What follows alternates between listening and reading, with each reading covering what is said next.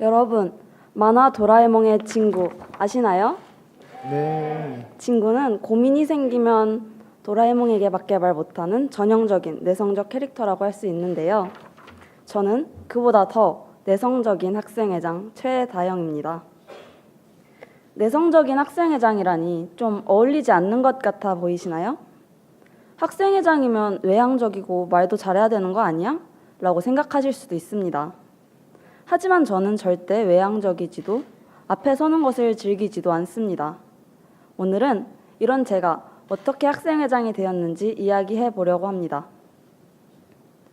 앞서 말씀드렸듯이 저는 소심함의 대명사 진구보다도 더 내성적인 사람이었습니다.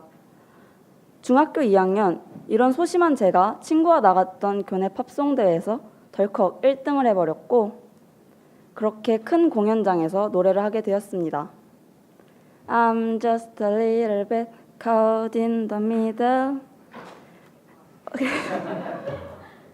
처음에는 무난했습니다. 그러나 저는 전교생 앞이란 생각에 점점 위축되기 시작했습니다. 나중에 친구가 보여준 축제날 영상을 보니 무대 위에 저는 잔뜩 위축되어 땅만 보고 있었고 그걸 본 전 부끄러웠습니다. 그 일 이후 저는 앞에 나서는 것을 더욱더 꺼리게 되었고 그렇게 고등학교에 올라가게 되었습니다. 고등학생이 된 저는 다를 게 없었습니다. 여전히 발표를 할 때면 손을 떨고 말을 더듬었습니다. 저는 이런 제가 못마땅하고 싫었습니다. 저는 항상 당당하지 못했던 저를 변화시키고 싶었습니다. 그러던 1학년 말 학교 게시판에 전교임원 선거 공지가 붙었습니다. 여러분, 자리가 사람을 만든다는 말 믿으시나요? 저는 그 말을 믿었습니다. 학생회장이라는 자리는 저를 좀 더 외향적이고 대단한 사람으로 만들어줄 것이라 생각했습니다. 5줄 모아서 기호 3번 기호 3번입니다. 열심히 하겠습니다.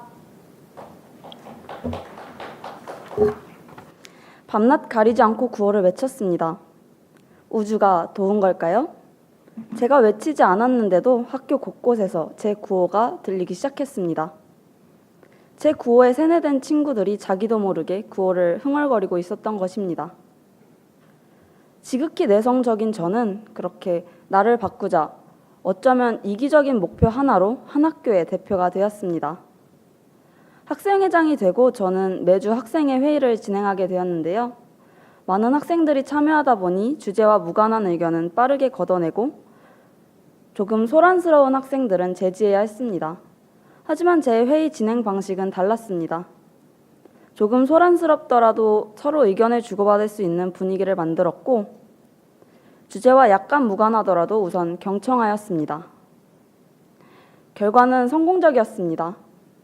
편한 분위기 속에서 이야기를 나누며 기발한 아이디어를 이끌어낼 수 있었던 것입니다. 저는 깨달았습니다. 제 자신을 바꾸지 않더라도 나 자신은 충분히 능력 있는 사람이었다는 것을요. 또 앞에 나서는 것을 꼭 잘할 필요는 없다는 것을요. 여러분, 서번트 리더십을 아시나요? 서번트 리더십은 하인이라는 뜻의 서번트와 지도력을 의미하는 리더십의 합성어로 하인처럼 뒤에서 사람들을 이끌며 구성원들의 잠재력을 이끌어냅니다. 물론 목소리가 크고 앞에 서는 것을 잘하는 사람들은 뛰어난 지휘력으로 학생들을 더 잘 통솔할 수 있을지 모릅니다. 하지만 이것만이 옳은 리더십은 아닙니다.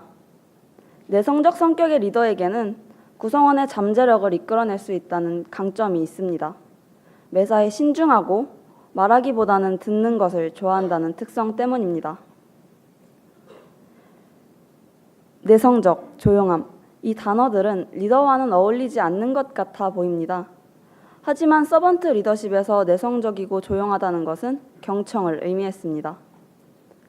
여러분이 생각한 리더십은 어떤 것이었나요? 앞에서 이끄는 것만을 리더십이라고 생각하지는 않으셨나요?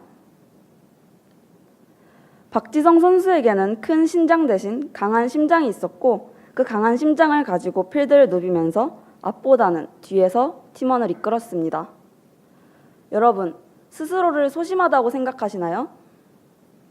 스스로를 소심하다고 생각한 저도, 그리고 여러분도 모두 누군가의 잠재력을 이끌어낼 수 있습니다.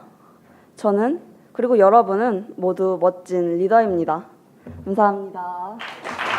네, 감사합니다.